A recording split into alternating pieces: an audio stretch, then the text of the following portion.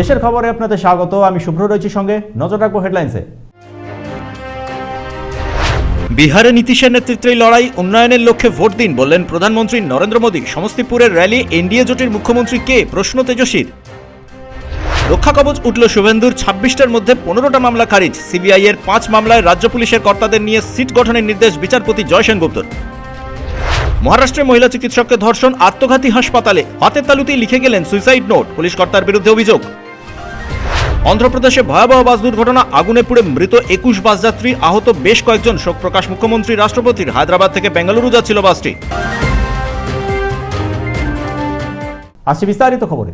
বিহারে নীতিশ কুমারের নেতৃত্বেই লড়াই করছে এনডিএ জোট। অতীতে সব রেকর্ড ছাড়িয়ে যাবেন তারা, বললেন প্রধানমন্ত্রী নরেন্দ্র মোদী। আজ বিহারের সমস্তিপুরে কার র্যালি করেন তিনি। তবে মুখ্যমন্ত্রীর মুখ নীতিশ কুমার কিনা তা প্রধানমন্ত্রী খোলসা করেননি। নীতিশ কুমারকে সামনে রেখে এবার নির্বাচনে লড়াই করছে এনডিএ জোট, বললেন প্রধানমন্ত্রী নরেন্দ্র মোদী। আজ বিহারের সমস্তিপুরে জনসভায় তিনি বলেন, আরজেডি ও কংগ্রেস জামানায় বিহারে জঙ্গলরাজ ছিল, বিজেপি জামানায় বিহারে উন্নয়ন হয়েছে। মানুষ এবার রেকর্ড ভোটে জয়ী করবেন এনডিএ জোটকে। नीतीश बाबू के नेतृत्व में एनडीए जीत के अपने पुराने सारे रिकॉर्ड तोड़ने वाला है। নির্বাচন ঘোষণার পর এই প্রথম বিহারে ভোট প্রচার শুরু করলেন প্রধানমন্ত্রী নরেন্দ্র মোদী। তবে একবারও তিনি বলেননি নির্বাচনে বিহারে এনডিএ জোট ক্ষমতায় এলে নীতিশ কুমার মুখ্যমন্ত্রী হবেন কিনা। গতকাল পাটনায় কংগ্রেসের বর্ষীয় নেতা অশোক গেহলট বলেছিলেন, এনডিএ জোটের মুখ্যমন্ত্রীর পদপ্রার্থী কে হবেন তা জানাতে হবে প্রধানমন্ত্রী নরেন্দ্র মোদী বা কেন্দ্রীয় স্বরাষ্ট্রমন্ত্রী অমিত শাহকে। আজ প্রধানমন্ত্রী বিহারে গেলেও একবারও মুখ্যমন্ত্রীর মুখ নীতিশ কুমার কিনা তা তিনি বলেননি। সূত্রের খবর, বিহারে এ নিয়ে জেডিইউর মধ্যে ক্ষোভ তৈরি হয়েছে। নীতিশ কুমারের দল আর বিজেপি এবার সমান সংখ্যক আসনে লড়াই করলেও মুখ্যমন্ত্রীর পদপ্রার্থী নীতিশ কুমার কিনা তা ঘোষণা করা হয়নি। এর ফলে জেডিইউর নিচের তলা নেতাকর্মীদের মধ্যেও ক্ষোভ তৈরি হয়েছে। এমনকি নীতিশ কুমার নিজেও দলের অন্দরে ক্ষোভ প্রকাশ করেছেন বলে শোনা যাচ্ছে।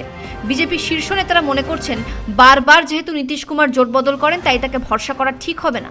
ফলে এখনো পর্যন্ত বিহারের মুখ্যমন্ত্রীর মুখ ঘোষণা করেনি এনডিএ জোট। ব্যুরো রিপোর্ট, পূবের কলম ডিজিটাল।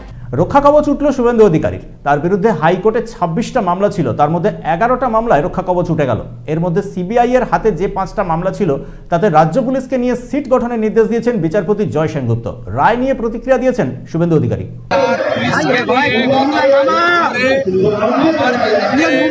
যত মামলা করেছিল হাইকোর্ট এই মামলার মেজর পোরশনকে ওয়াশ করেছে। বাকি মামলা সিবিআই নিয়ে সিট বানিয়েছে। রাজ্য পুলিশ যে মমতার পীড়নক রাজনৈতিক টুল, হাইকোর্টের আজকে রায়ের প্রমাণ হয়ে গেছে।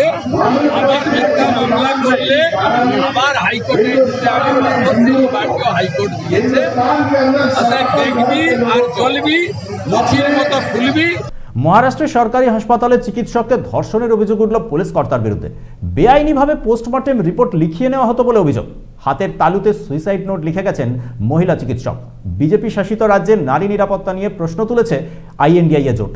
যে বিজেপি বাংলায় ধর্ষণ, শ্লীলতাহানি, হেনস্থার প্রতিবাদে সরব হয়, তাদের শাসিত রাজ্যে এবার এক মহিলা চিকিৎসককে ধর্ষণের অভিযোগ উঠল 2 পুলিশ কর্মীর বিরুদ্ধে। মহারাষ্ট্রের সাতারা জেলার এই মহিলা চিকিৎসক নিজের হাতের তালুতে সুইসাইড নোট লিখেছেন। সেখানে তিনি বলেছেন, সাতারার এক পুলিশ কর্তা গত 5 মাসে তাকে 4 বার ধর্ষণ করেছে। এই পুলিশ কর্তা গোপাল বাদানের সাতারা সাব ইন্সপেক্টর।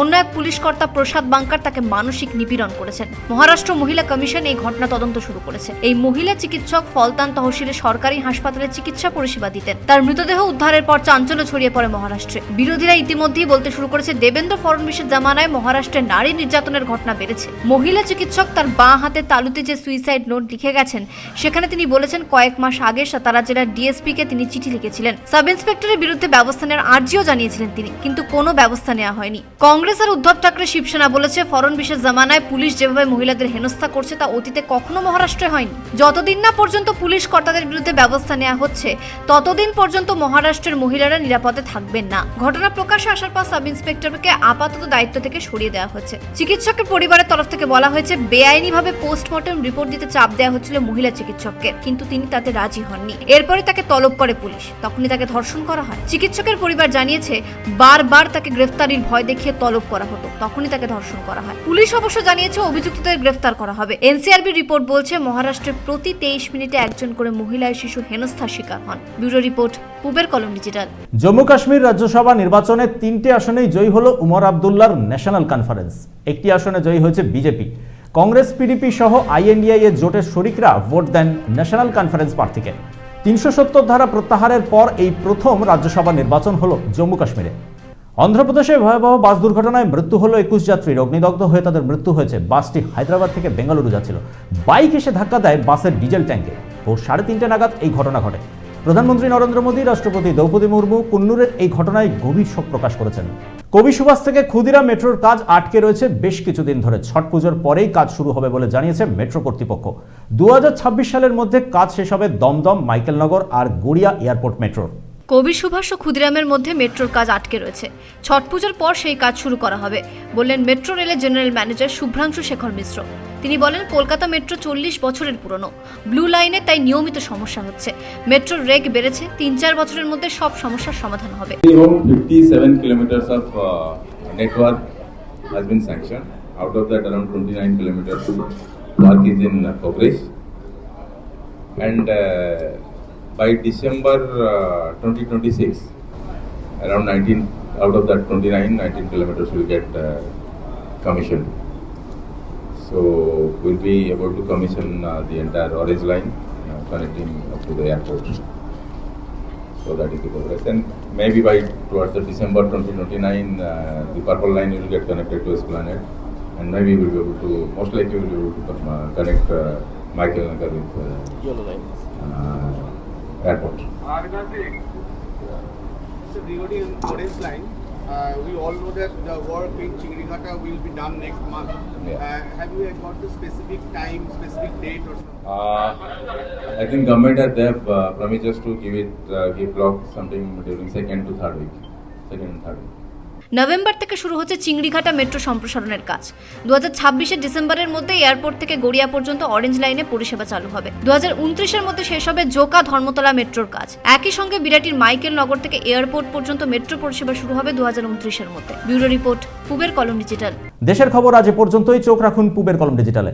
সাবস্ক্রাইব করুন আমাদের ইউটিউব চ্যানেল। অবশ্যই বেল আইকন প্রেস করতে ভুলবেন না।